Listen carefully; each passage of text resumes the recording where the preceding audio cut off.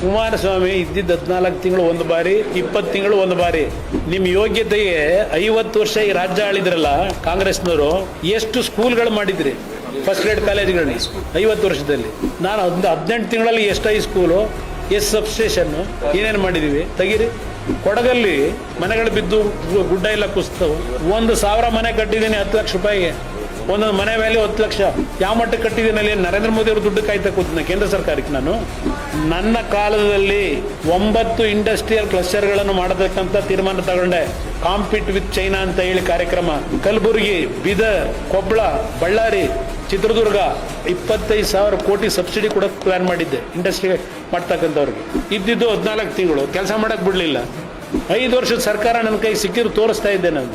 ಇವತ್ತು ಯಾತಿಗೆ ಗುಂಡಿಗಳು ಇಟ್ಕೊಂಡು ಕೂತಿದ್ದೀನಿ? ನಿಮ್ಮ ಯೋಗ್ಯತೆಗೆ ಒಂದು ಗುಂಡಿ ಮುಚ್ಚೋ ಯೋಗ್ಯತೆ ಇಲ್ಲ ನಿಮಗೆ.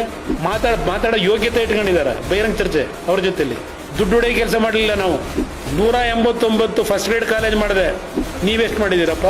ಪಬ್ಲಿಕ್ ಶಾಲೆ ಘೋಷಣೆ ಮಾಡಿದೆ. ಈಗ 4,500 ಬಸ್ ಕೊಟ್ಟನಲ್ಲ, 4,500 ಬೆಂಗಳೂರಿಗೆ ಯಾಕೆ ಕೊಟ್ಟಿದ್ದೀನಿ? ನೀವೆಷ್ಟು ಕಾರ್ಖಾನೆ ತಂದಿದ್ದೀರಿ?